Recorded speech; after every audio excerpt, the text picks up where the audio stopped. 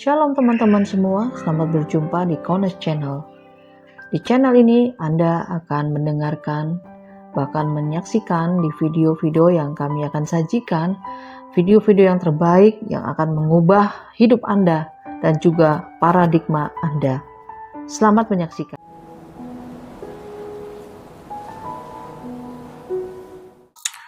Ya, seperti biasa kita untuk memahami ya kebenaran Dafar Elohim ini, kita harus kembali ke akar pola Ibrani yang benar dengan sudut pandang Yeshua HaMashiach setelah kematian dan kebangkitannya. Ya, jadi jangan salah saudara, jangan sampai memandang dari sudut pandang yang keliru, ya, karena itu akan membuat masalah pertumbuhan iman saudara.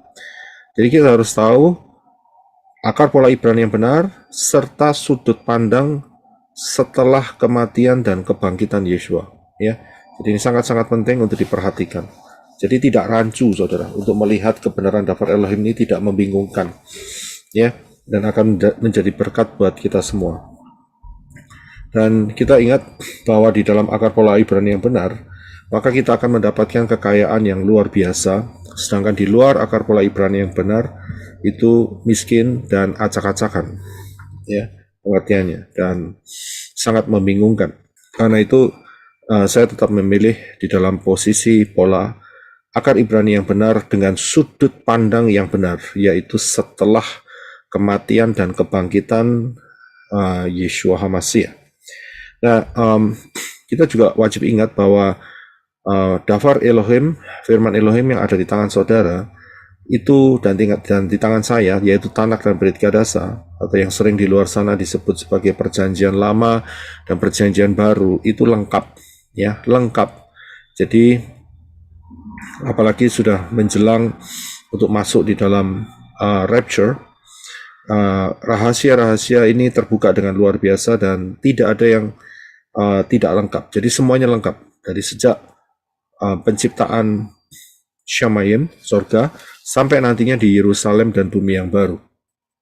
Itu sudah ada ayat-ayatnya, tinggal saudara mengintegrasikan, mengkoneksikan satu sama lain sehingga tidak bertentangan. Dengan posisi yang tepat, saudara akan lihat suatu the big picture, the grand plan, ya, rencana besar daripada Bapak Yahweh yang sangat luar biasa.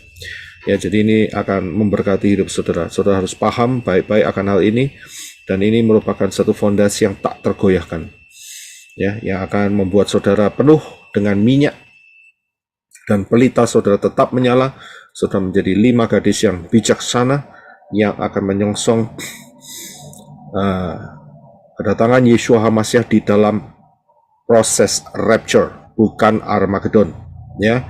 Jadi kita akan songsong Yeshua HaMashiach saat rapture.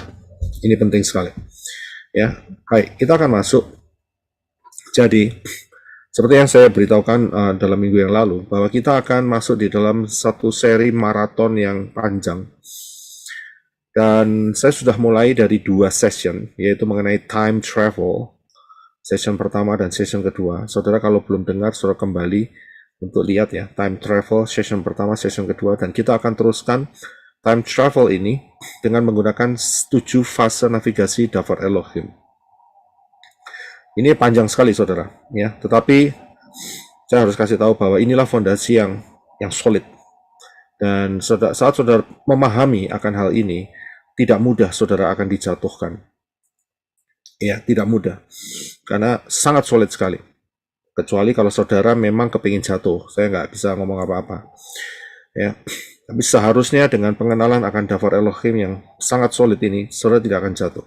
Itu janji daripada Yeshua HaMashiach, ya, bahwa siapa yang datang kepada Yeshua, di tangan Yeshua tidak akan dilepaskan, kecuali saudara melepaskan diri. Ya, itu salah saudara sendiri, ya, salah orang itu sendiri. Tapi Yeshua memberikan jaminan selama dia ada di dalam Yeshua, Yeshua di dalam dia, maka semua janji yang Bapak Yesus berikan sampai rapture akan terjadi. Ya, itu dahsyat.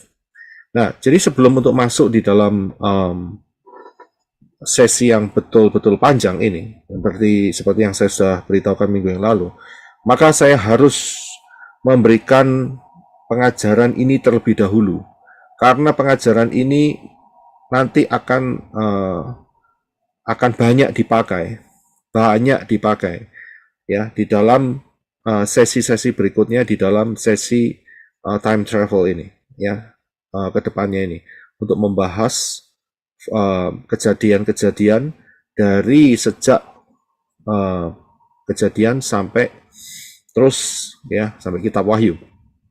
Jadi pengajaran hari ini sangat penting, saudara. Jadi saudara perhatikan baik-baik ya. Dan saya yakin kita akan banyak melihat sudut-sudut pandang ya, dari sisi alam yang Bapak Yahweh berikan, dari kacamatanya Bapak Yahweh, untuk dapat mengerti daripada sejak fase penciptaan sampai fase kiamat ya, akan terbuka semua. Tapi saudara juga harus punya dasar yang saya berikan pada hari ini ya. Sebetulnya minggu ini saya sudah mau mulai, saudara, tiba-tiba saat beberapa hari yang lalu saya bangun tidur dan tiba-tiba Ruah Yahweh Elohim mendorong saya untuk berikan ini dulu sebelum kamu mulai untuk masuk di dalam lari maraton ini ya. Diberikan pengajaran yang hari ini. Nah, pengajaran hari ini yaitu mengenai membedakan roh-roh ya, membedakan roh-roh. Ini sangat penting sekali, dan ini untuk membuat supaya saudara dapat paham ya di dalam pengajaran-pengajaran yang akan saya berikan, yang akan kita dapat ya dari Dafar Elohim, dari kitab Kejadian, Keluaran sampai Wahyu. Nah, saya mau tanya, kalau saudara tahu benda ini apa ini? Ada yang tahu? Itu sebuah radar. Oh ya, terima kasih, let's go. Ya, jadi ini adalah sebuah screen. Ini adalah radar, saudara. Ya, radar ini bertujuan untuk mendeteksi. Ya, mendeteksi. Dia cara kerjanya itu secara gampang ya, seperti kelelawar. Ya, jadi kelelawar itu kan dia terbang malam, saudara, gelap kan. Tapi dia sebetulnya mengeluarkan suara, dan kemudian suara itu dipantulkan, kemudian ditangkap kembali oleh telinganya, sehingga dia nggak bakal nabrak, saudara. Ya, beda dengan burung, saudara. Burung itu kalau malam buta, ya, entah kalau burung hantu ya. Tapi rata-rata biasanya mereka namanya burung ayam itu kalau sudah malam mereka jadi buta, ya. Jadi ada istilah yang disebut sebagai rabun ayam, ya. Itu satu kelainan di mata manusia. Jadi kalau saat malam hari mereka tidak bisa lihat, saudara, buta. Nah, radar ini dipergunakan untuk mendeteksi ya benda-benda yang sangat jauh sudah bisa terdeteksi, saudara.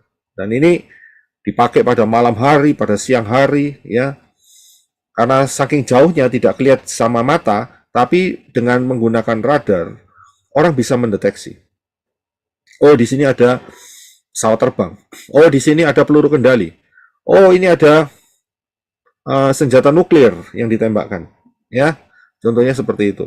Jadi dengan menggunakan radar, mereka bisa mendeteksi. Ya, jauh-jauh mereka sudah bisa tahu ini akan ada benda apa yang bakal mendekat. Itu fungsi radar. Nah, jadi pengajaran hari ini tujuannya adalah untuk mengaktifkan radar spiritual saudara. Ya, jadi saudara harus paham ya. Jadi pengajaran hari ini adalah mengaktifkan ya radar spiritual saudara. Bukan untuk mencari kesalahan orang, tidak. Ya. Jadi saya harus dasari ini terlebih dahulu supaya saudara tidak melangkah di jalan yang salah. Oh, kita membeda-bedakan roh. Kalau gitu kita mencari kesalahan orang. Tidak. Kita tidak mencari kesalahan orang. Tapi kita mengaktifkan radar spiritual kita supaya kita paham akan ada roh-roh apa yang ada di sekitar kita. Ya. Yang ada di saat kita mendengarkan pengajaran misalnya dari tempat-tempat lain. Saudara akan kelihatan spirit apa yang ada di dalam orang itu. Ya, jadi kita bisa melihat. Kemudian saudara ketemu dengan tetangga, saudara ketemu dengan orang-orang. Ya, radar spiritual ini bisa menolong kita, dan ini dibantu dengan Ruach Yahweh Elohim. Ya, jadi kita mau mengaktifkan radar spiritual ini supaya saudara paham. Ingat ya, jadi bukan untuk mencari kesalahan orang ya, tidak ada arah dan tidak ada tujuan saya untuk mencari kesalahan, tidak. Tapi kita harus berhati-hati. Supaya apa? Supaya jalan saudara tidak terpengaruhi dan kita tidak salah langkah. Karena rapture sudah dekat, saudara. Setan itu pakai banyak cara untuk mengecohkan, ya. Bukan manusia semua, tidak. Mereka sudah milik daripada setan. Tapi mengecoh siapa? Bintang-bintang, yaitu siapa? Manusia-manusia Elohim. Hati-hati jangan sampai diseret oleh ekor daripada si naga. Ya, karena ada sepertiga yang akan diseret. Jadi harus diaktifkan. Kalau tidak diaktifkan, saudara akan terjebak. Ya, saudara akan terjebak. Ya, sehingga tiba-tiba resultnya atau hasilnya, loh kok saya sudah di tempat yang salah. Nah, itu rugi sendiri, saudara. Ya, bahaya. Karena bisa-bisa nggak sampai masuk rapture gara-gara masalah kecil ini, saudara. Ingat ya, setan itu untuk manusia-manusia Elohim, anak-anak Bapa Yahweh, dia tidak memberikan pengajaran yang sangat ekstrim, yang sangat menyesatkan, tidak. Tapi dia memberikan hal-hal yang kecil, ya, yang kelihatannya hampir sama, kelihatannya disepelekan, tetapi disitulah ada akibat fatal di ujungnya. Nah, itu dia, saudara harus memperhatikan ya. Jadi jangan sampai saudara terjebak, tiba-tiba sudah sampai di ujung yang salah. Ya, risikonya nggak rapture, saudara, bahaya. Ya. Nah, saya akan berikan beberapa ayat sebagai ayat pendahuluan. Tetapi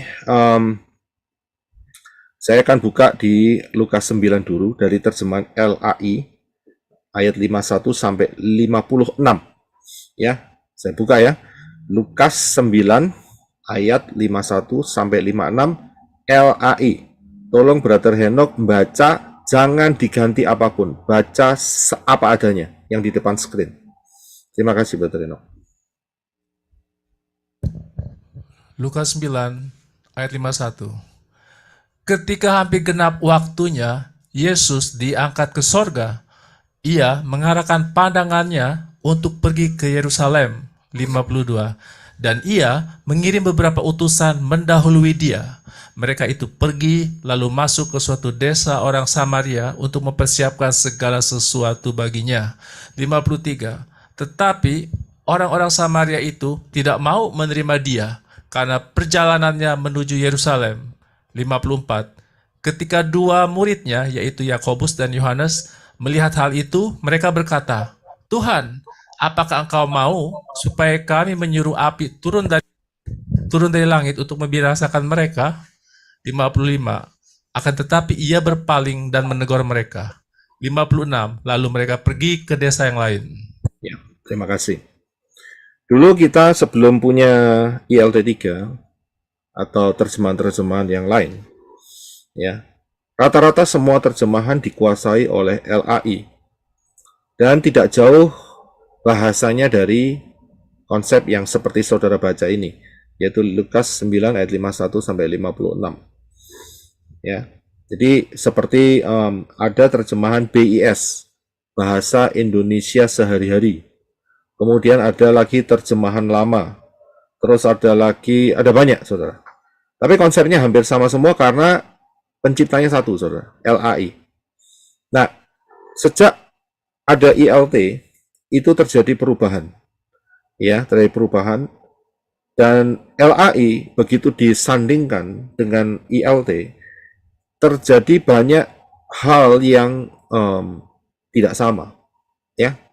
Nah, dari perikop yang barusan kita baca ini saja dulu ya, kita tidak bahas yang terlalu luas ya, karena kita sedang berbicara soal membedakan roh-roh ya.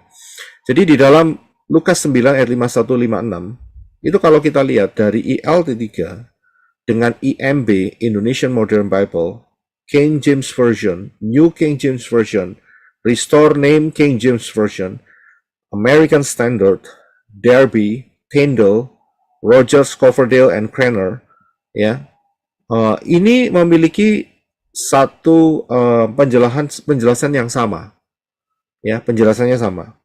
Kalau saudara lihat yang cukup lama, cukup tertua, itu salah satunya adalah King James. Yang saya yakin yang paling lama adalah Tyndale, Coverdale itu cukup lama sekali, saudara. Ya, kalau tidak salah itu, kalau tidak salah loh ya, itu lebih lama dari King James Version. Ya, dan ini semua itu sama, saudara, formatnya.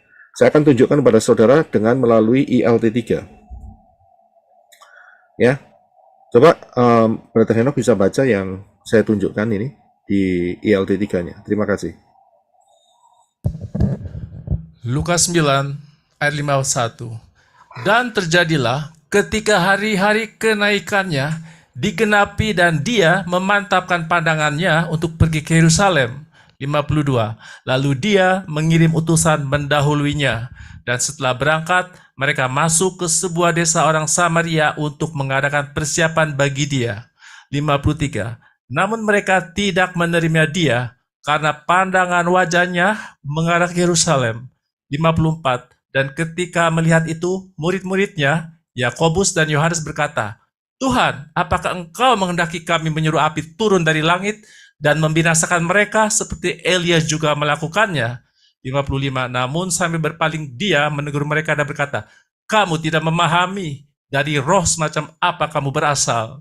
56. Sebab anak manusia datang tidak untuk membinasakan jiwa manusia, tetapi untuk menyelamatkannya.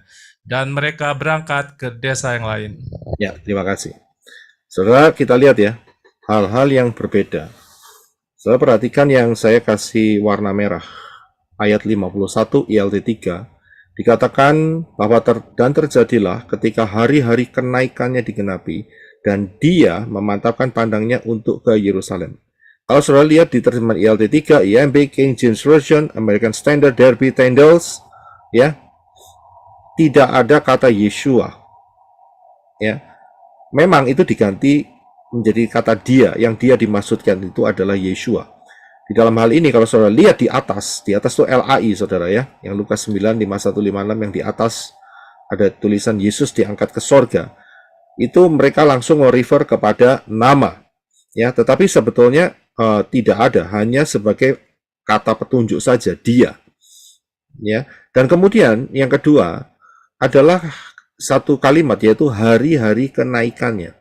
Nah, di LAI itu diarahkan pengertian hari-hari kenaikannya itu adalah naik ke Syamayim atau ke sorga.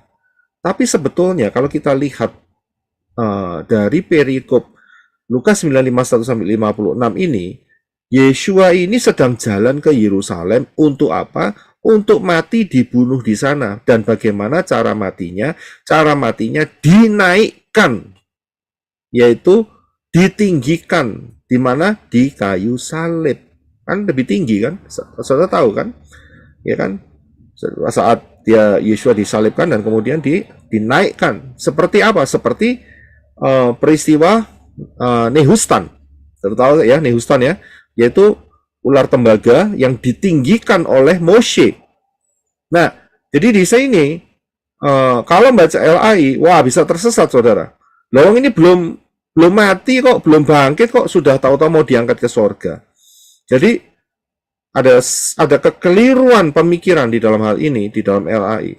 Padahal yang dimaksud ke hari-hari kenaikannya ini, ya, bisa jadi adalah event atau peristiwa setelah dia sampai ke Yerusalem. Kan ini lagi sedang ke Yerusalem. Ya. Ayat 51 dikatakan bahwa dia memantapkan pandangannya untuk pergi ke mana? Ke Yerusalem. Belum sampai, saudara.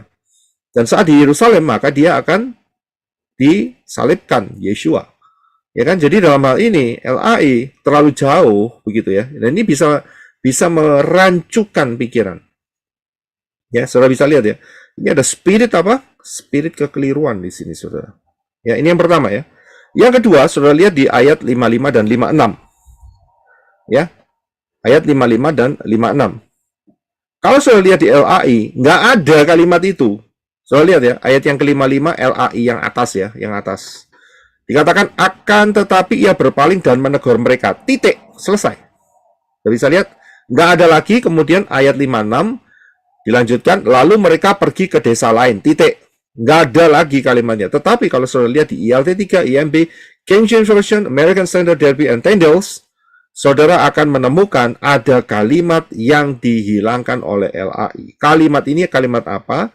Ayat 55 dikatakan bahwa namun sambil berpaling dia menegur mereka. Mereka ini siapa? Yaitu Yakobus dan Yohanes. Kenapa ditegur? Karena mereka mau kirim api dari langit, ngirim parsel, ngirim oleh-oleh dari langit. Gara-gara mereka tidak boleh masuk ke desa orang Samaria. Dan mereka berkata, ini yang dihilangin. Kamu tidak memahami roh. Dari roh semacam apa kamu berasal. Saudara bisa lihat, padahal kalimat ini penting sekali, saudara. Tapi di LAI nggak ada. Jadi saat saudara membaca LAI, tidak terdeteksi roh apa yang sedang menguasai Yakobus dan Yohanes. Tapi kalau saudara membaca ILT 3 dan IMB dan seterusnya, American Standard dan sebagainya, saudara akan melihat kalimat ini. Kamu tidak memahami, yaitu teguran Yeshua kepada mereka, kepada Yakobus dan Yohanes. Dari roh semacam apa kamu ini berasal. Kamu tidak tahu kamu lagi dikuasai roh apa. Saya bisa lihat kekayaannya. Ya, jadi begitu LAI menghilangkan kalimat ini, sudah nggak ada konsep. Tapi begitu ILT sesuai dengan apa yang tertulis, ya, seperti yang saya katakan di atas dari American Standard, King James, Darby, dan Tyndale, maka kita bisa melihat sebuah kekayaan yang berbeda, yang luar biasa. Dan ayat 56 dikatakan, sebab anak manusia datang tidak untuk membinasakan jiwa manusia, tetapi untuk menyelamatkan. So, bisa lihat, kita harus tahu, kedatangan anak manusia ini adalah yang pertama. Ya, bukan membinasakan jiwa manusia. Tapi nanti kedatangan yang kedua, yaitu pada saat perang Armageddon, anak manusia akan memerangi jiwa manusia yang menerima tanda binatang, tanda 666. Saudara bisa lihat di sini. Jadi ada fase-fasenya. Dan ayat ini penting, saudara. Ayat 56 ini yang bagian A ini yang dihilangin sama si sama LAI ya. ILT 3 ada ya, di LAI dihilangin. Sebab anak manusia tidak datang untuk membinasakan jiwa. Bagaimana Yeshua sangat mengasihi jiwa-jiwa manusia. Dan memberikan kesempatan sampai kapan? Sampai hari ini. Tapi hati-hati, hari-hari ini ya sudah mendekati rapture. Bakal ditutup pintunya. Jadi jangan sampai saudara ketinggalan. Ya, penting sekali. Inilah isi hati daripada Yeshua. Kedatangan yang pertama tidak untuk membinasakan jiwa manusia, tetapi untuk menyelamatkannya. Ini dihilangi sama LAI. Saya bisa lihat bagaimana spirit ya menghilangkan kebenaran itu ada di LAI, saudara. Ya, jadi saudara bisa lihat ya, ini latihan spiritnya nih ya. Jadi saudara bisa paham ya. Jadi dari ayat-ayat yang dihilangin oleh LAI dengan perspektif yang berbeda, ayat 51, saudara bisa mulai melihat, yaitu ada roh apa yang sedang bekerja, ya, menunggangi LAI. Begitu. Ya, karena ada hal-hal, saya tahu ada beberapa yang mereka bilang mereka berdasarkan Septuagint yang ini atau yang itu, tetapi toh juga banyak terjemahan-terjemahan Septuagint yang juga ada mencantumkan ya bahwa ayat 55 dan 56 itu lengkapnya ada di ILT 3, sedangkan di LAI dihilangkan sama sekali. Ya, itu memang sangat disayangkan. Sehingga saat dihilangkan, maka kita tidak bisa mendapat pemahaman yang lebih dalam. Ya, jadi sudah paham. Kemudian, kalau sudah baca di dalam 1 Korintus 12 ayat 10, maka di situ dinyatakan suatu karunia ruah Yahweh Elohim. Kita akan baca terlebih dahulu. Silakan Brother Reno. 1 Korintus 12 ayat 10. Dan kepada yang lain pekerjaan-pekerjaan mukjizat, dan kepada yang lain nubuat, dan kepada yang lain membeda-bedakan roh-roh, dan kepada orang lain jenis-jenis bahasa pengucapan lidah, dan kepada yang lain penafsiran bahasa-bahasa pengucapan lidah. Ya, terima kasih. Saya bisa lihat, saya tidak bahas mengenai karunia-karunia roh kali ini, tetapi satu hal yang ditulis oleh Rabi Saul, bahwa ruah Yahweh Elohim memberikan kepekaan kepada saudara dan saya untuk untuk bisa membeda-bedakan roh-roh. Ya, supaya apa? Saudara tidak ketipu. Ya, karena apa? Penyesatan itu lewat penipuan. Penyesatan itu levelnya banyak. Level paling kasar sampai level paling halus sekali. Saya bisa lihat. Nah, untuk mendeteksi ini harus ada yang namanya bisikan ruah Yahweh Elohim, dan kita juga harus mau taat, ya. Karena apa? Dikasih tahu sama ruah Yahweh Elohim yang tinggal dalam saudara dan saya, yang mengatakan, ini hati-hati loh ya, ini ada roh ini loh, ini ada roh ini loh, ini ada roh ini loh, gitu loh. Ya, jadi selalu paham. Ya, inilah membeda-bedakan roh. Supaya apa? Supaya ruah Yahweh Elohim memastikan langkah-langkah saudara itu ujungnya, destininya itu tidak di tempat yang salah. Kita bisa lihat itu tujuan daripada pimpinan ruah Yahweh Elohim. Ya, jadi kita kan mau hidup kita penuh dan dipimpin oleh ruah Yahweh Elohim.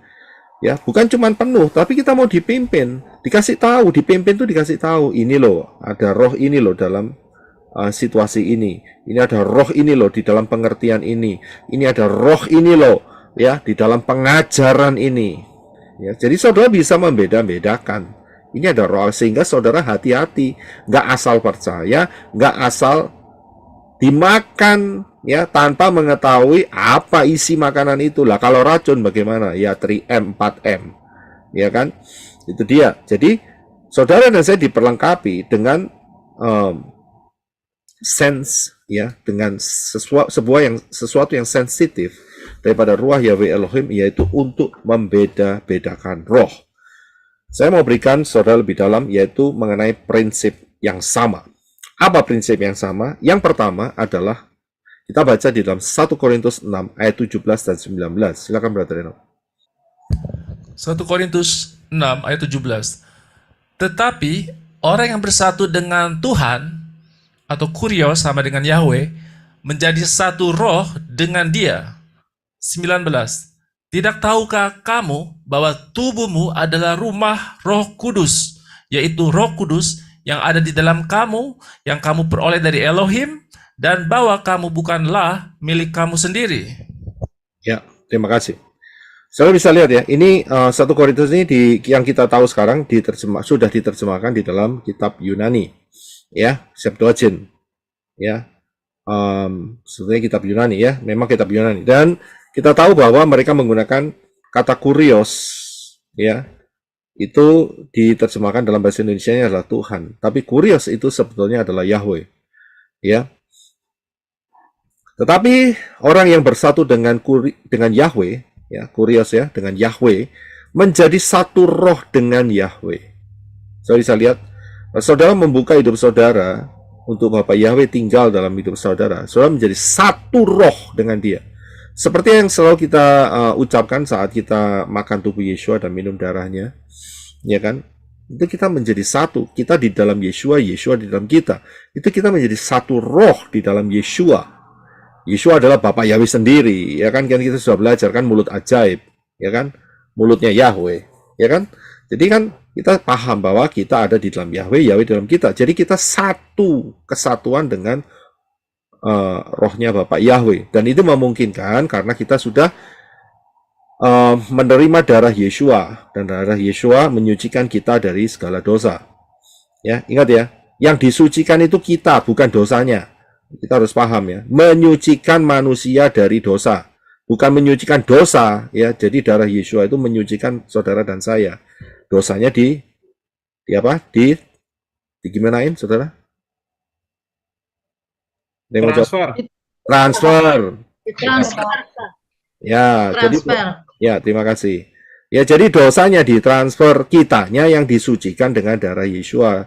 Ya, jadi jangan salah ya. Saudara jangan bilang darah Yeshua menyucikan dosa. Tidak, saudara. Darah Yeshua itu menyucikan kita, manusianya disucikan dari dosa. Nah, dosanya dimanain? Dosanya ditransfer. Transfer ke Yeshua.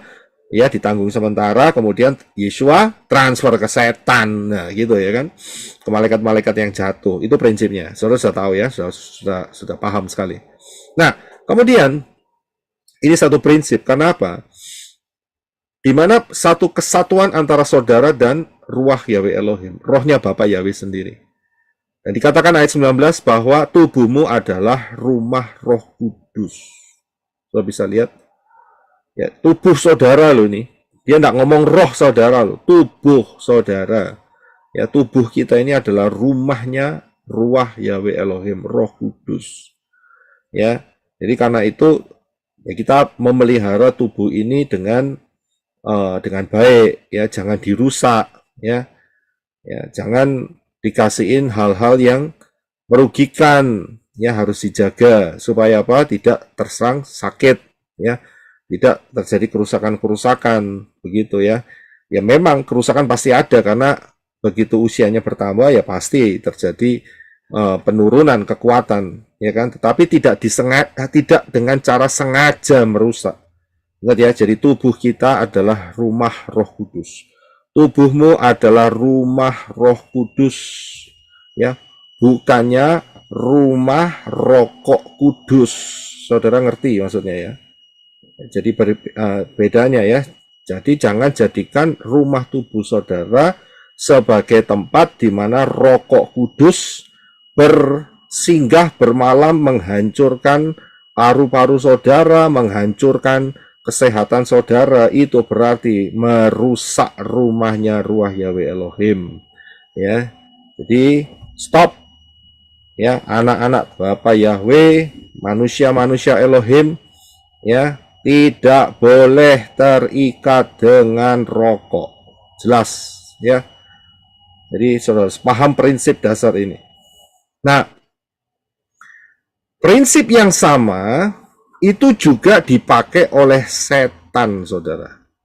Ya, kalau di dalam 1 Korintus 6, 17, 19, tubuh kita ini adalah rumah Roh Kudus, tetapi di dalam, ya, dunianya setan yang mencengkram, maka tubuh manusia adalah rumahnya rokok kudus. Kita baca di dalam Matius 12 ayat 43 sampai 45. Silakan Brother Renok. Matius 12 ayat 43. Pada waktu roh najis keluar dari seseorang, ia melintas melalui tempat-tempat yang tandus sambil mencari perhentian, tetapi tidak menemukannya. 44. Lalu ia berkata, aku akan kembali ke rumahku, tempat aku telah keluar. Dan setelah tiba, ia mendapatinya tidak berisi, sudah disapu bersih dan rapi. 45. Kemudian ia pergi dan membawa bersamanya 7 roh lain yang lebih jahat daripadanya. Dan setelah masuk, mereka tinggal di sana. Maka keadaan akhir orang itu menjadi lebih buruk daripada sebelumnya. Demikian pula akan terjadi pada generasi yang jahat ini. Iya, terima kasih. Soal lihat ya, prinsipnya sama kan. Tadi di 1 Korintus kan dikatakan bahwa kalau satu orang bersatu dengan Yahweh menjadi satu roh dengan Yahweh, berarti tubuhnya, hidupnya dibuka untuk ruah Yahweh Elohim, Roh Kudus. Kita bisa lihat, sedangkan di dalam Matius 12, 43-45, lihat, roh najis itu keluar dari seseorang, dari tubuh seseorang, dari hidup seseorang. Mencari perhentian, nggak ketemu, kembali ke rumahnya. Aku akan kembali ke rumahku. Nah, ya kan, diakui kan sama setan, itu rumahnya. Saya bisa lihat, dan kemudian, dia lihat rumahnya sudah berisi, rapi, teratur, ya, hidupnya teratur, tidak lagi ada ikatan-ikatan, tapi tidak mau diundang ruah Yahweh Elohimnya. Apa yang terjadi? Dia pergi, setan ini pergi, ngambil 7. 7 itu angka sempurna ya. Roh yang lain yang lebih jahat daripada roh yang pertama. Saudara bisa lihat, kemudian masuk dan tinggal. Saudara bisa lihat, prinsip yang sama bukan? Tinggal di situ, saudara. Kalau yang di 1 Korintus tadi adalah Roh Kudus, sedangkan yang di Matius ini 12:43-45 adalah Roh Kudus, rokok kudus. kudus. Saudara bisa lihat ya. Dan keadaan akhir orang itu menjadi lebih buruk dari sebelumnya. Itu resultnya, itu hasilnya. Jadi ini merupakan satu kesamaan. Saudara bisa lihat, manusia itu adalah sebuah wadah. Saudara ngerti ya? Manusia itu kayak panci kosong. Mau diisi apa? Mau diisi air yang sehat atau mau diisi air got? Iya kan? Tergantung yang isi. Hidup kita, tubuh kita itu adalah seperti panci. Mau diisi yang bersih atau mau diisi yang kotor. Saudara bisa lihat. Ya, jadi prinsipnya sama. Kalau di dalam 1 Korintus, maka orang itu menjadi satu roh dengan Yahweh. Tetapi di dalam Matius 12:43-45, orang itu menjadi satu roh dengan apa? Roh-roh najis. Saudara bisa lihat? Satu kesamaan, bukan? Ya. Nah, kita akan melihat satu peristiwa. Agak sedikit panjang bacanya, tapi nggak apa-apa. Ya, kita akan melihat. Yaitu sebuah peristiwa. Yaitu di dalam Matius 16 ayat 13 sampai 23. Silakan Brother Enoch untuk membaca 13-19 terlebih dahulu. Silakan, terima kasih. Matius 16 ayat 13. Dan setelah tiba di daerah Kaisarea Filipi, Yeshua menanyai para muridnya dengan berkata, "Sebagai anak manusia, orang-orang menyebut siapakah aku?" 14. Dan mereka berkata, di satu pihak Yohanes Pembaptis, di pihak lain Elia, di pihak lain lagi Yeremia atau salah satu dari para nabi. 15. Dia berkata kepada mereka, "Dan kamu menyebut siapakah aku ini?" 16. Dan seraya menanggapi, Simon Kepa Petrus berkata, "Engkaulah Hamasya, putra Elohim yang hidup." 17. Dan seraya menanggapi, Yeshua berkata kepadanya, "Berbahagialah engkau, Simon, anak Yona, sebab daging dan darah tidak menyingkapkan itu kepadamu, melainkan Bapa-Ku yang di Syamaim." 18. Dan aku pun berkata kepadamu, bahwa engkau adalah Kepa, Petrus, dan di atas batu karang ini, aku akan membangun gerejaku, dan gerbang-gerbang alam maut tidak akan kuat menahannya. 19. Dan aku akan memberikan kepadamu kunci-kunci kerajaan Syamaim, dan apapun yang engkau ikat di bumi akan terikat di Syamaim, dan apapun yang engkau lepaskan di bumi akan terlepas di Syamaim. Ya, terima kasih. Saya lihat kisah ini ya. Menurut saudara, Kefa atau Petrus, ya, ini dia mengucapkan itu berarti di dalamnya ada siapa? Elohim. Saya bisa lihat ya. Ada ruah Yahweh Elohim. Betul ya? Karena jelas. Yeshua katakan ayat yang ke-17. Sebab darah dan daging tidak menyingkapkan itu kepadamu. Ya, apa yang disingkapkan? Karena Kefa berkata, menanggapi apa yang dikatakan Yeshua ayat 15, dan kamu menyebut siapakah aku ini. Kefa langsung lantang, dia langsung buka mulutnya, dia mengatakan, engkaulah Hamasyah, putra Elohim yang hidup. Saya bisa paham ya. Maksud dari kata putra Elohim yang hidup itu adalah mulutnya Yahweh. Ya, mulutnya Yahweh itu putra Elohim. Kita sudah belajar mengenai mulut rahasia, mulut ajaib, bukan? Dan dari sini Yeshua mengatakan darah dan daging berarti bukan kemanusiaan daripada Kefa ya atau Petrus yang menyingkapkan hal ini, melainkan siapa yang menyingkapkan? Yaitu Bapa Yahweh yang ada di Syamayim. Dan Bapa Yahweh kita tahu dia lebih besar dari Syamayim. Kita bisa lihat.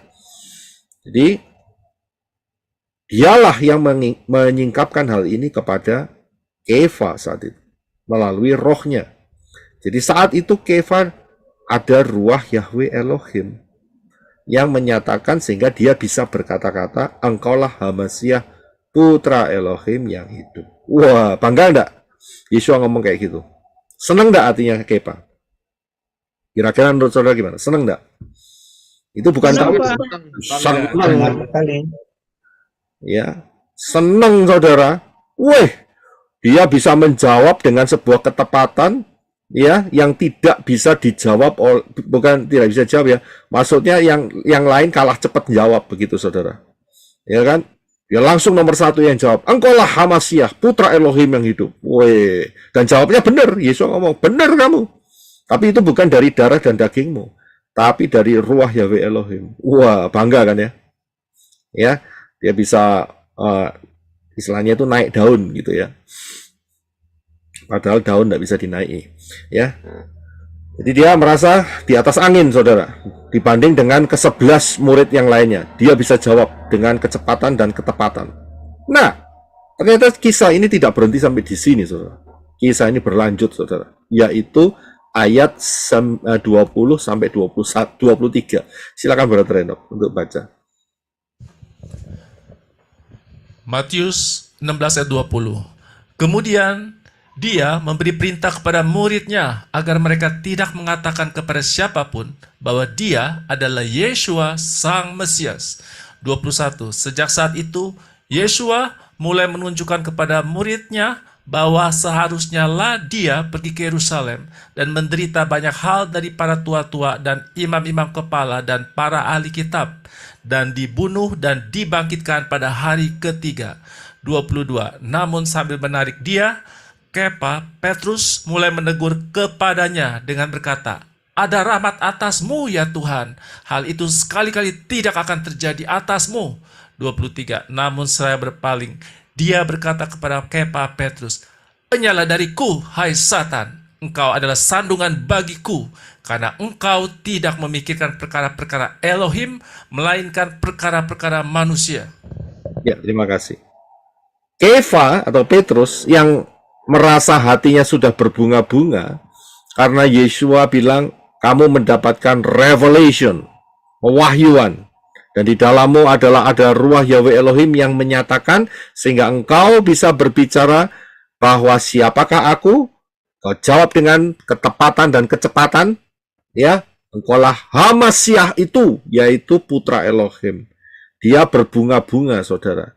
Dan saat itu Yeshua bilang, bawa kita ke Yerusalem, nanti aku mati di sana, tapi aku bangkit.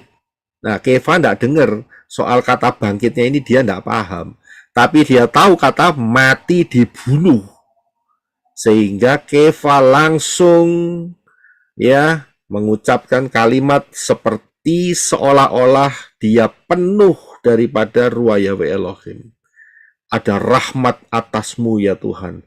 Hal itu sekali-kali tidak akan terjadi atasmu. Ini kayak profesi, saudara. Bernubuat. Betul kan? Ya kan?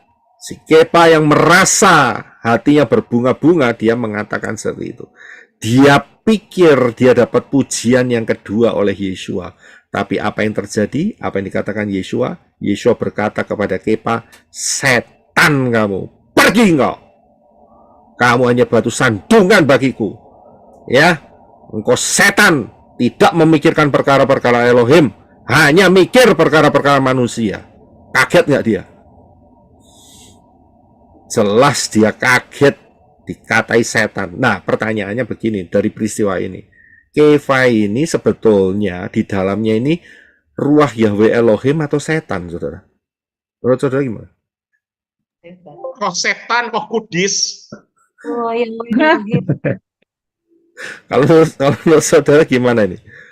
Kefa yang pertamanya dikasih pewahyuan oleh ruah Yahweh Elohim sehingga dia bisa berkata-kata, ya, atau Kefa yang dikatai Yeshua bahwa ada setan di dalamnya. Ini yang benar yang mana nih? Kefa ini yang mana yang benar dalamnya ini?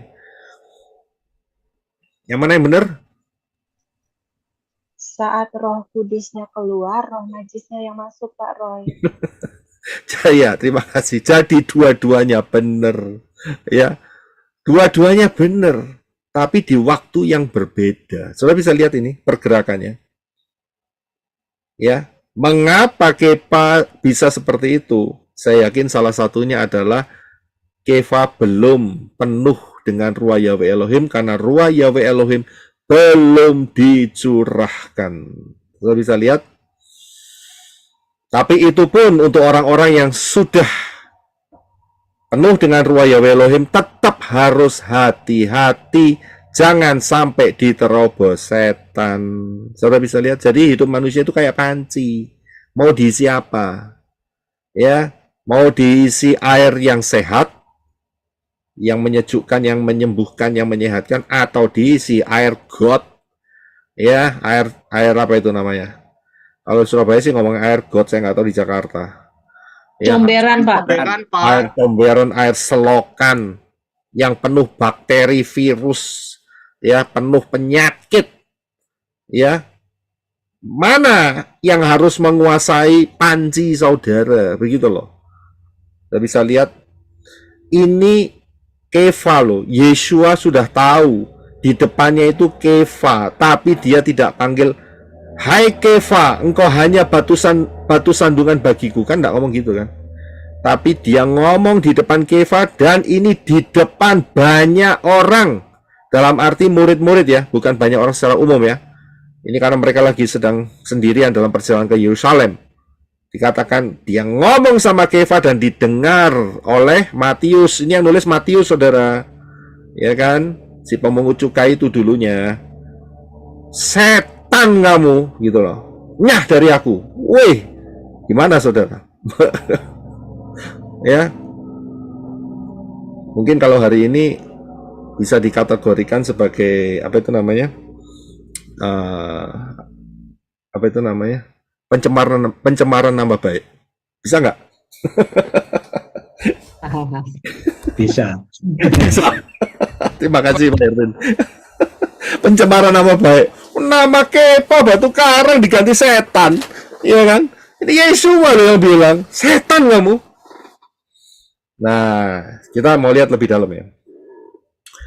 Kalau kita lihat bahwa di dalam kitab suci itu ada beberapa nama malaikat, ya. Salah satunya adalah Mikael, ya.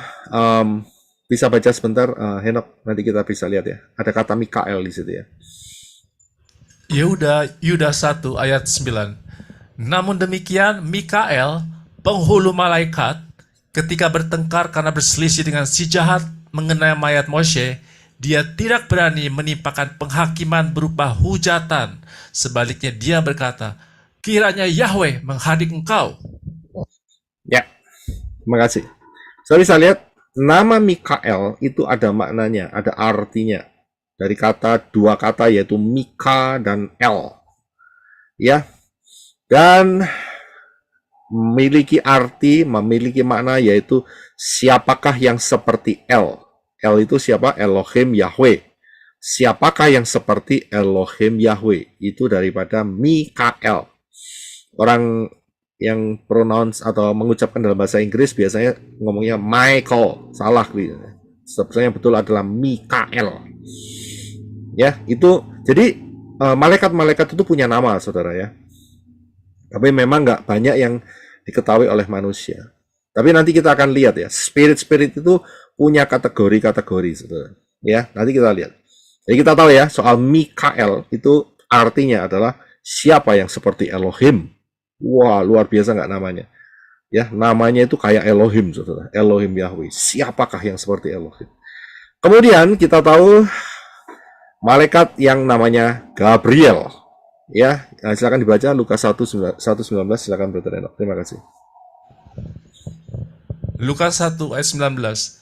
Dan sambil menanggapi, malaikat itu berkata kepadanya, "Akulah Gabriel yang berdiri di hadapan Elohim, dan aku telah diutus untuk berbicara kepadamu dan menyampaikan kabar baik ini kepadamu." Ya, terima kasih. Gabriel, ya, itu dari dua kata juga, ya. Sepertinya dari kata Gibor, ya, dan kemudian L-nya tetap Elohim.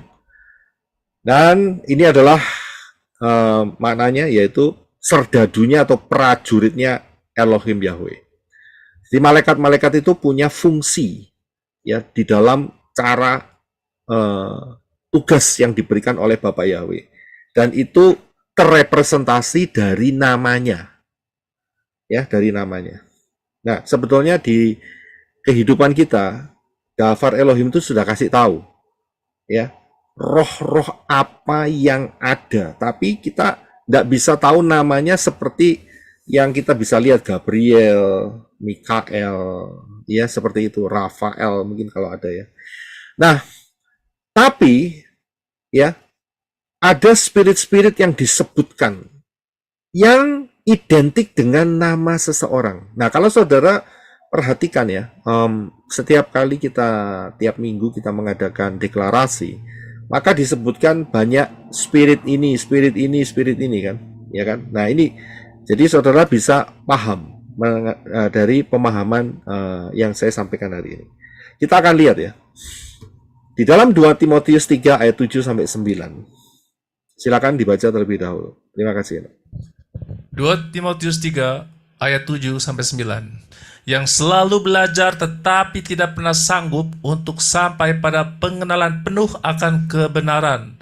Dan seperti cara Yanes dan Yambres menentang Moshe, demikian pula mereka ini menentang kebenaran sebagai orang-orang yang telah dirusak pikirannya, yang tidak tahan uji berkenaan dengan iman. Sebaliknya, mereka tidak akan maju lebih jauh lagi, karena kebodohan mereka akan menjadi nyata bagi semua orang, sebagaimana hal itu juga telah terjadi.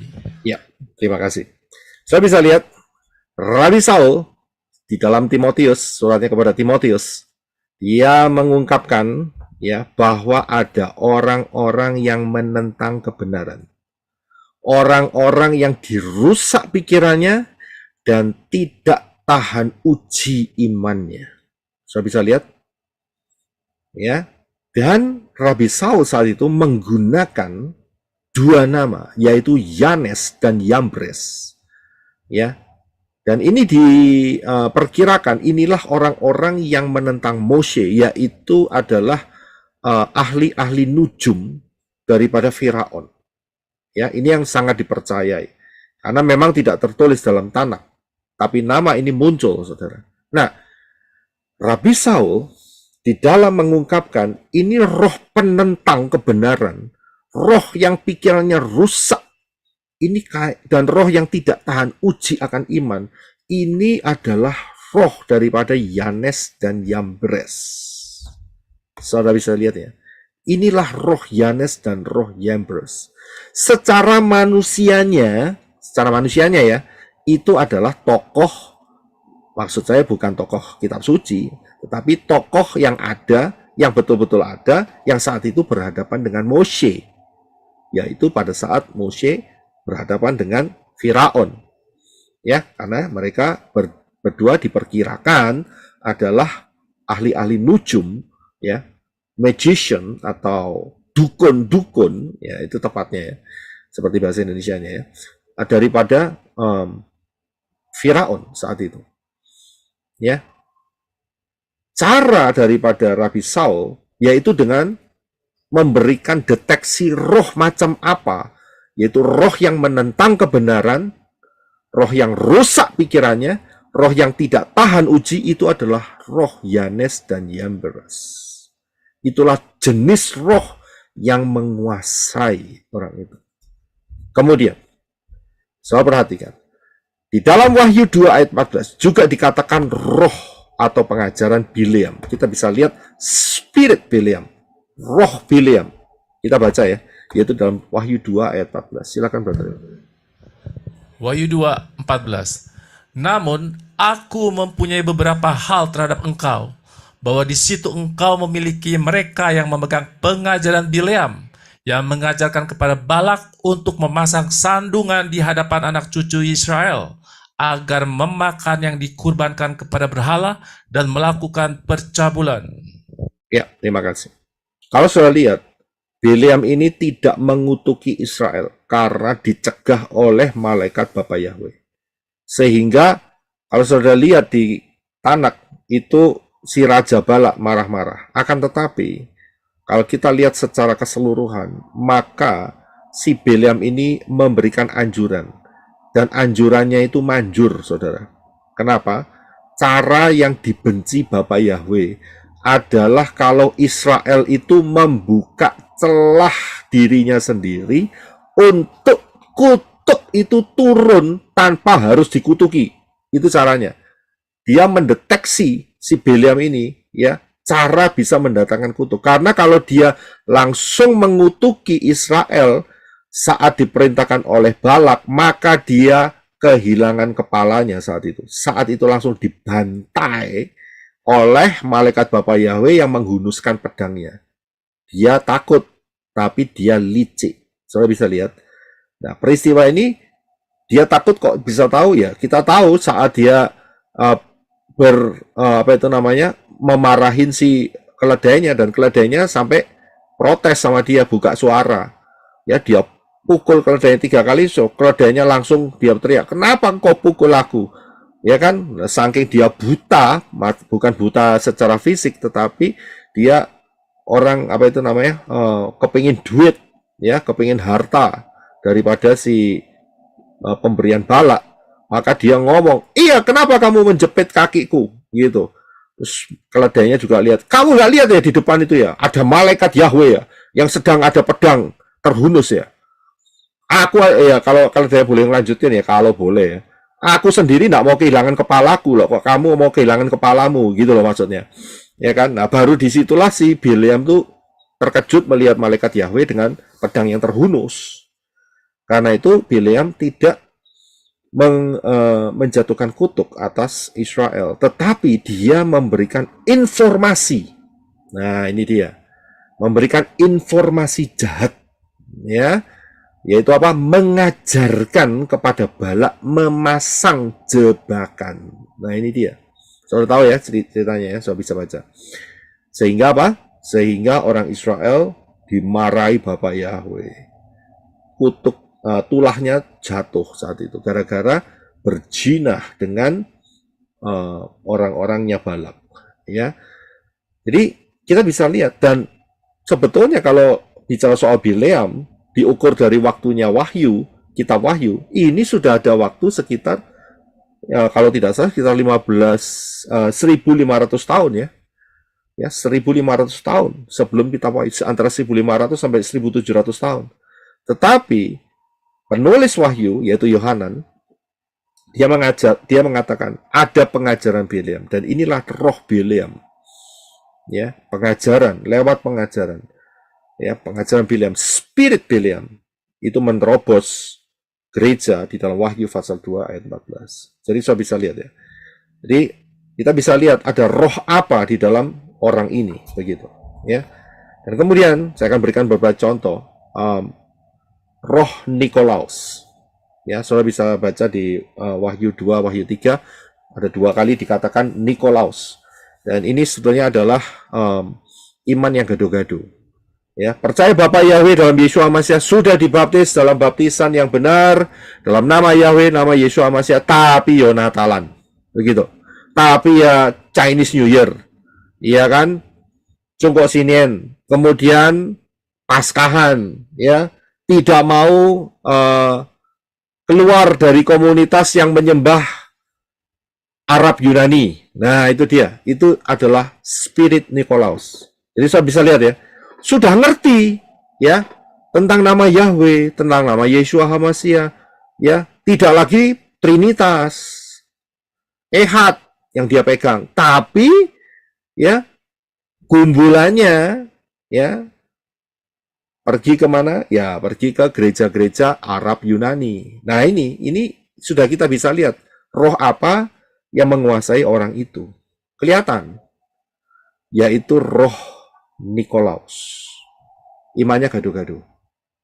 Saya bisa lihat, ya. Jadi saya bisa memahami. Ini adalah spirit Nikolaus. Kemudian ada yang namanya roh Isabel.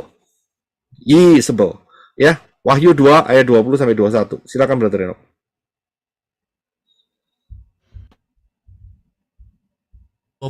Dan 21. Namun aku keberatan terhadap engkau mengenai beberapa hal, karena engkau mengizinkan wanita Isabel yang menyebut dirinya nabiah mengajar serta menggoda hamba-hambaku untuk melakukan percabulan dan memakan persembahan berhala. Aku telah memberi waktu kepadanya supaya ia bertobat dari percabulannya, tetapi ia tidak bertobat. Ya, Terima kasih. Banyak sekali yang misunderstanding atau salah paham mengenai roh Isabel ini adalah roh yang mempengaruhi, ya, roh istri yang mempengaruhi suami. Ngawur, ya. Bukan di situ. Jelas dikatakan Wahyu 20 ayat 21 ini adalah pengajar, ya. Dan apa yang diajarkan yaitu untuk orang, ya, melakukan hal-hal yang berzinah di hadapan Bapa Yahweh. Melakukan hal-hal yang tidak sesuai dengan dafar Elohim. Persembahan-persembahan berhala dan sebagainya. Ya, jadi orang ini mengajar, ya, sehingga yang diajar mereka ngikut. Orang buta nuntun orang buta, akhirnya dua-dua masuk di dalam lubang. Ya, sehingga ini menyebabkan roh perzinahan, percabulannya transfer. Ya, ini dia. Saya pernah bicara mengenai tudung, saudara. Ya, siapa yang mau dengar soal tudung silahkan dengar lagi. Ya, jadi ada roh yang ditransferkan, ya, dari roh Isabel ini, spirit roh Isabel. Dan kemudian dia dikasih waktu, tapi dia tidak bertobat. Tidak bertobat. Ya, pengajarannya tetap tidak berubah, ya kan? Spiritnya buruk, tidak bertobat, dan kita sudah tahu roh apa yang menguasai orang tersebut. Ya, yaitu roh Isabel. Ya, paham ya mengenai roh Isabel. Jadi bukan masalah istri menguasai suami, bukan, saudara. Ya, keliru besar. Ya, salah konsep mereka itu. Jadi paham ya. Jadi inilah spirit-spirit yang tidak bertobat, yang mengajar, saudara. Hati-hati. Yang diajar maksud saya, ya, yang menerima pengajaran tidak ngerti apa-apa, tapi kena transfer roh jinahnya, roh percabulannya. Wah, ini mengerikan, saudara. Karena apa? Ya karena di bawah tudung. Saudara bisa lihat, ya, karena ada di bawah tudung. Nah, yang berikutnya, roh atau spirit Nimrod, Semiramis, dan Tamus. Ini kira-kira roh apa? Ini adalah roh awal, ya, karena peristiwa Nimrod, Semiramis, dan Tamus. Nanti kita akan bahas juga di dalam time travel, ya. Ya, ini adalah roh-roh hybrid, agama hybrid. Siapa yang belum dengar agama hybrid, saudara bisa cari agama hybrid dan duo hybrid. Saudara bisa temukan di sana. Ya, inilah roh-roh yang agamawi, ya. Jadi berhadapan dengan Bapa Yahweh itu nggak pakai agama, saudara. Ya, kita persekutuan, bukan pakai agama. Jadi jangan salah. Kalau sudah saudara prinsipnya agama, wah keliru, saudara. Ya, ritual keliru. Kita dengan Bapa Yahweh itu relationship, ya. Ini spirit Nimrod, Semiramis, dan Tamus. Kemudian ada roh Firaun. Bisa jadi nggak? Bisa. Kita sebutkan. Mengapa ada spirit Firaun? Kategorinya apa? Yaitu Keluaran 8:15. Silakan Brother Reno. Keluaran 8 ayat 15. Namun ketika Firaun melihat bahwa sudah ada kelegaan, maka ia mengeraskan hatinya dan tidak mendengarkan mereka seperti yang telah Yahweh firmankan. Ya, terima kasih. So bisa lihat di sini, roh Firaun itu apa? Yaitu roh yang tegar tengkuk, keras kepala. Ya kan? Cari amannya sendiri, tapi setelah aman, dia tidak mencari kebenaran, dia tidak bertobat. Inilah jenis roh Firaun. Kalau saudara ketemu dengan orang seperti ini, kita bisa mendeteksi, oh ini ada roh Firaun di dalamnya. Ya, jadi kita bisa tahu, ini ada roh apa di dalam orang ini. Ya, spirit apa di dalam orang ini. Dan roh-roh ini tuh banyak. Ya, banyak. Kita harus lihat. Ya, ingat loh, kita ini mengaktifkan radar spiritual. Jadi ada banyak, dan itu bisa dikasih nama. Ada spirit Herodes. Ada spirit Herodes. Siapa yang kira-kira Herodes ini apa nih? Ya, siapa yang tahu spirit Herodes? Kenapa Herodes? Pembunuhan, Pak. Persaingan, Pak. Pembunuh, Pak. Ya, Pembunuh. kekejaman, pembunuhan. Ya, kekejaman, pembunuhan. Anti Yesua, Pak. Ya, dia cari Yesua hanya untuk kepentingannya dirinya sendiri, untuk lihat mujizat. Begitu. Ya. Kemudian ada roh Nabal. Siapa yang tahu roh Nabal? Bebal orangnya, Pak. Ya, bukan cuma bebal, tapi kira-kira apa ini? Roh Nabal. Oh, itu roh Ya, Pak. Pelit. Apa? Roh apa? pelit ya, nggak mau Daud ya, nggak mau Iya. kasih. Iya, sudah ditolong, ada perlindungan dari Daud, sudah dikasih secara tidak langsung, Bapak Yahweh memberkati, melindungi, tapi pelitnya amit-amit luar biasa, roh Nabal. Bisa lihat, kemudian ada roh Ahitofel. Ayo, roh Ahitofel, roh apa ini? Nyimpan dendam, Pak. Sendiri, sakit hati. Ya, ini roh pendendam. Memberi nasihat yang tidak baik.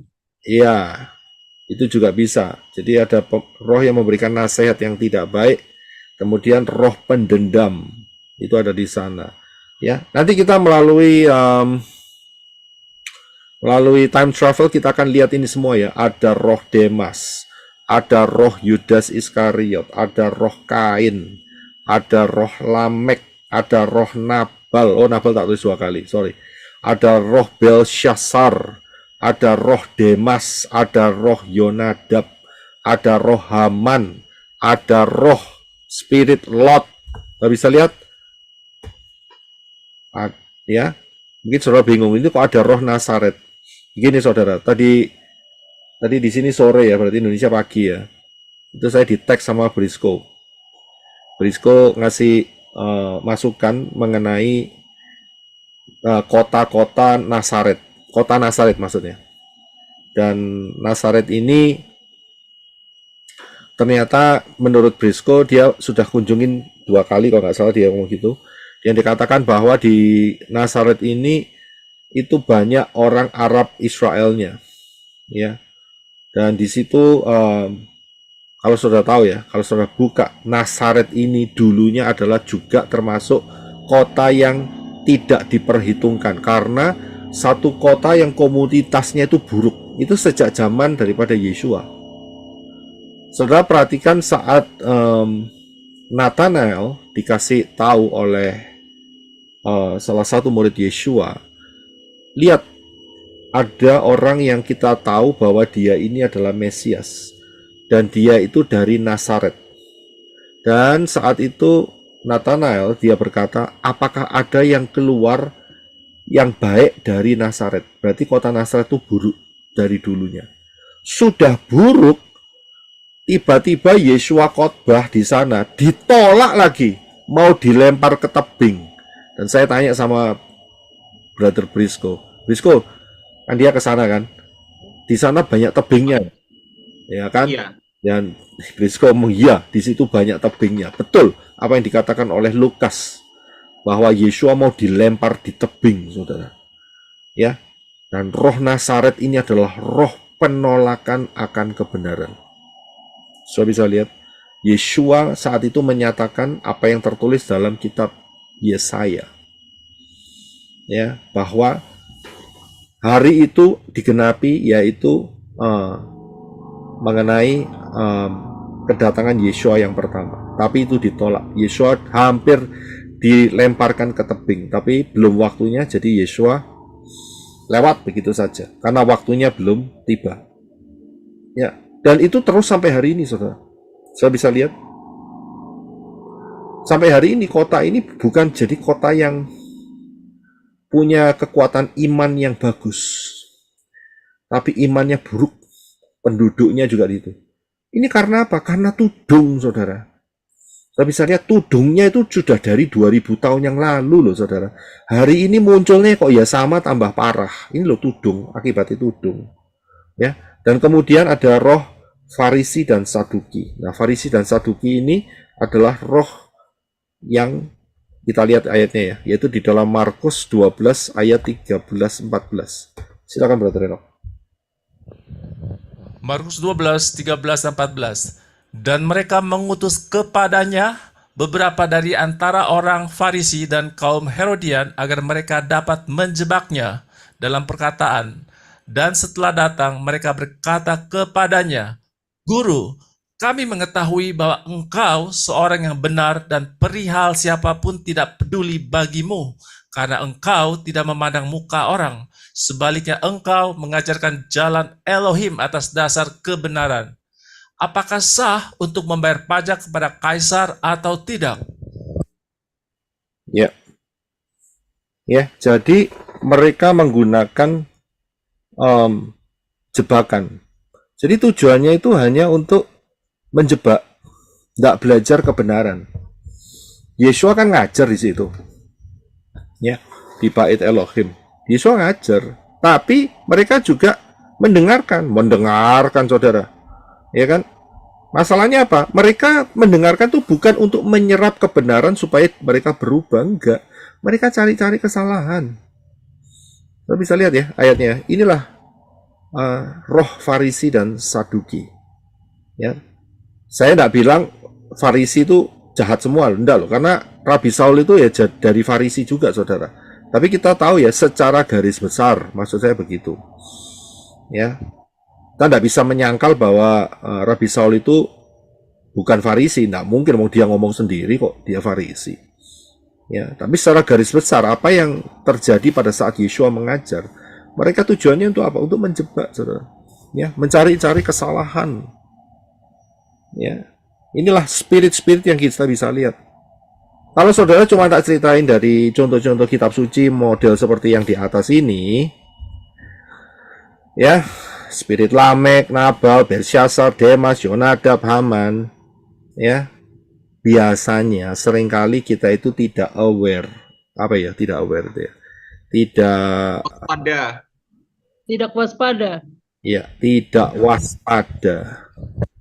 Sebetulnya di sekitar kita ini ada peristiwa-peristiwa yang kalau kita bisa deteksi ada spirit apa di dalamnya. Ingat ya, kita tidak mencari kesalahan, tapi kita mengaktifkan radar spiritual kita supaya kita tidak salah jalan, supaya kita tidak terinfeksi dengan spirit-spirit ini, kita tidak ketularan, kita tidak salah jalan, sehingga destiny kita itu tepat, yaitu rapture.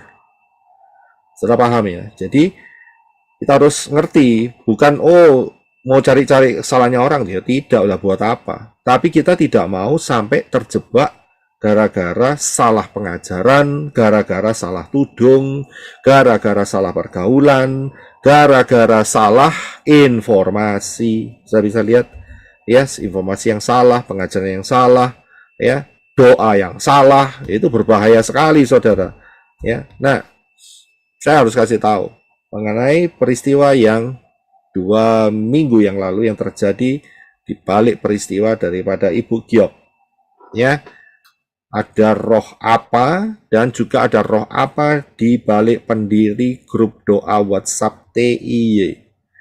Ya, banyak yang tidak tahu, tetapi rumornya bahkan ya klip-klipnya sudah tersebar luas, sampai seberapa saya juga tidak tahu, tapi yang jelas sudah tersebar. Karena apa? Karena mereka mengatakan bahwa inilah sebabnya gara-gara saya memberitakan pengajaran mengenai tudung, menjelek-jelekkan ya grup tertentu dalam masalah tudung dan juga yang ada di Semarang. Sehingga saya dikoneksikan dengan peristiwa Giok beberapa waktu yang lalu. Ya, saya kasih tahu sama saudara, ya, bahwa peristiwa Giok itu tidak ada hubungannya dengan pelayanan menorah. Tidak ada. Ya. Memang dia tinggal di California. Saya dulunya juga tinggal di California, tapi Ibu Giok ini jarang ke gereja. Jarang, saudara. Gitu loh. Jadi saat kita masuk Zoom ini, Kemudian dia mulai kembali kontak dan masuk. Nah, saudara berpikir sama-sama California berarti sering ibadah. Saya bilang tidak. Ya, jadi Ibu Giok ini enggak sering ibadah di tempat kita, sangat jarang. Begitu loh. Ya. Jadi ini mau diambil bahwa peristiwa ini karena sama-samanya di California, sehingga apa yang terjadi dengan peristiwa 2 minggu yang lalu itu merupakan tamparan buat pelayanan menorah. Saya bilang tidak, karena tidak ada hubungannya sama sekali. Ya, sama sekali tidak ada hubungannya. Nah, saya mau kasih tahu sama saudara, ada apa sebetulnya di balik peristiwa ini. Saat saya mengungkapkan masalah tudung, pendiri daripada grup WhatsApp TIY ini, ya, dia tetap berpihak kepada tudung itu, ngerti ya? Kepada si tudung itu. Ya, dia tetap berpihak di sana, ya, sehingga apa yang terjadi, ya, melalui satu peristiwa yang sebetulnya itu tujuannya adalah di dalam alam spiritual untuk mengungkapkan spirit apa yang sebetulnya terjadi, ya, yang ada pada pendiri grup doa WhatsApp TIY ini. Ya, spirit apa yang ada itu terbukti saat peristiwa itu terjadi. Ya. Nah, setelah peristiwa itu terjadi, Ibu Giok ini ya dikasih tahu oleh Ibu Fang Fang. Dia dikasih tahu Ibu Fang Fang ya untuk segera cabut keluar dari grup ini. Karena grup ini tidak sehat. Ya, spiritnya tidak sehat sama sekali. Keluar, tapi Ibu Giok ini dia bilang gini, saya sampai hari ini tidak dikeluarkan gitu loh, tidak dikeluarkan. Padahal untuk keluar dari WhatsApp itu hanya tekan satu tombol, exit, keluar grup, selesai cerita. Tapi Ibu Giok ini nggak mau dengerin apa yang dikatakan oleh Ibu Adasa Fang Fang. Dan Ibu Adasa Fang Fang bilang saat itu, kalau kamu nggak keluar, nanti kamu akan dipermalukan setan. Tidak lama setelah itu kejadian begitu loh, ya, peristiwa 2 atau 3 minggu yang lalu itu, ya, dan betul apa yang dikatakan oleh Ibu Adasa Fang Fang. Kalau kamu tidak keluar, kamu akan dipermalukan setan. Terjadi, saudara. Ya, jadi peristiwa Giok ini sekali lagi saya katakan tidak ada hubungannya dengan pelayanan menorah sama sekali, tidak ada. Ya, tapi masih disangkut pautkan, ya, masih disangkut pautkan. Ya, jadi ini sangat keliru sekali. Bahkan parahnya bagaimana? Parahnya ya tangan kanannya ya si pendiri grup WhatsApp ini dia menyebarkan sampai ke Ibu Giok, ya. Ini saya masih ada text message-nya ini, ya, yang kasih tahu. Si tangan kanannya itu berkata gini, sama-sama brother, selesai saya kirim video klip ke Giok, dia langsung keluar dari grup Trust in Yahweh, mungkin dia malu. Saya bisa lihat, jadi orang ini yang kirim, orang ini yang nyebarin, saudara. Ya, disebarin. Nggak tahu sampai di mana penyebarannya. Ya kan? Tapi dia bilang, padahal jelas mempermalukan Pak Roy. Sebetulnya ya yang malu ya sebetulnya dirinya sendiri, karena saya sudah bilang ini tidak ada hubungannya dengan pelayanan menorah. Begitu. Ya, jadi saudara yang nerima ya forward atau apa itu? Ya terusan WA ya. Saudara jangan keracunan ya dengan orang-orang ini ya. Ini kita bisa lihat ini spirit apa di balik ini semua. Kita bisa lihat spirit apa yang menunggangi grup ini. Ya, sehingga dia menyatakan bahwa ini akan mempermalukan saya dengan peristiwa itu. Ya kan? Saya bilang tidak ada yang mempermalukan saya karena saya tetap ada di dalam jalur Bapak Yahweh. Yang salah ya Ibu Giok sendiri, mempermalukan sendiri karena sudah dikasih tahu ya untuk keluar dari grup TIY ini, tapi dia berkelak, dia tidak mau keluar, minta dikeluarkan.